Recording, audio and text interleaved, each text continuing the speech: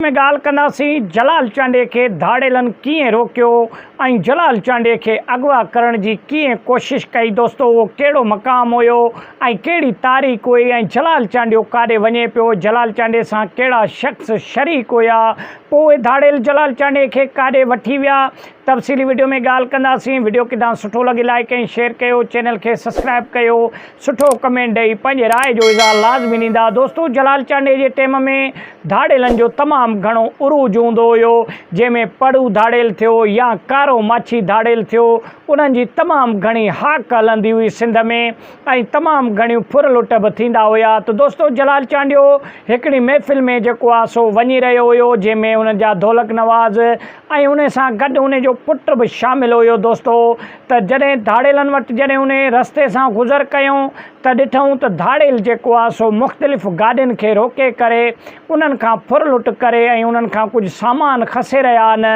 त जलाल चांडे जी गाॾी बि उते वञी बीही रही, छाजे करे जो जलाल चांडियो बि हिकु दिलेर शख़्स हुयो। जलाल चांडे खे जॾहिं ख़बर पई, अॻिते वञी ॾिठईं त भेणा धाड़ेल जेको आहे सो मौजूदु आहिनि ऐं फुर लुट पई हले, त जलाल चांडे वटि बि आया। जॾहिं गाॾियूं चेक कंदा कंदा जलाल चांडे जी गाॾी वटि पुॻा त जलाल चांडे खां बि फुर लुट कयूं। जलाल चांडे वटि हिकिड़ी मोबाइल हुई ऐं जलाल चांडे वटि जेको आहे सो हार पैसा इहे बि जेको आहे सो जलाल चांडे खां खसियूं। ऐं जलाल चांडे खे जॾहिं हिकिड़ो धाड़ेल हुयो जेको जलाल चांडे खे सुञाणे वरितो त भेणा जलाल चांडियो आहे सिंध जो फ़नकार आहे, हकल ॾेई जेको आहे सो ईअं दाह निकिरी वई धाड़ेल खां।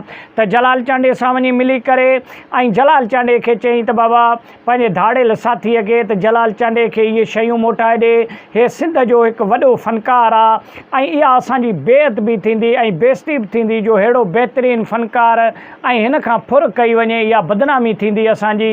त पोइ जलाल चांडे खे उहे शयूं मोटाए ॾिनऊं, लेकिन जलाल चांडे चयो त बाबा हाणे मूंखे जे मोटाए ॾियो था त मुंहिंजे करे हिन लेन में जेके बि ग़रीब माण्हू आहिनि इन्हनि खे बि पंहिंजो सादो सामान मोटाए ॾियो ऐं तव्हां वञी ॿिए पासे पिकअप हणो। त दोस्तो जिते जेके धाड़ेल हुया उन्हनि में मुंहमारी बि थी ऐं कुझु बहस मसालो बि थियो, लेकिन जलाल चांडे जे करे जेके बि गाॾियूं हुयूं उहे धाड़ेल छॾे करे ऐं ॿिए पासे विया हुया ऐं जलाल चांडे जे करे जेके ॿिया बि मुख़्तलिफ़ गाॾियूं बीठियूं हुयूं उन्हनि खे बि उन्हनि धाड़ेलनि जेको आहे सो रवाना कयो ऐं सामान पंहिंजो ॾेई करे मोटाए। दोस्तो अहिड़ा वाक़िया बि सिंध जे फ़नकारनि सां थींदा रहंदा आहिनि, छाजे करे जो सिंध जा फ़नकार राति हुजे ॾींहुं हुजे महफ़िल जी जिथे बि दावत मिलंदी आहे उते वञी रसंदा आहिनि। दोस्तो त उन टाइम में जलाल चांडे जे टाइम में धाड़ेलनि जो वॾो उरूज हूंदो हुयो। त इहो हुयो वाक़ियो नंढिड़ो जलाल चांडे जे ज़िंदगीअ जे बारे में।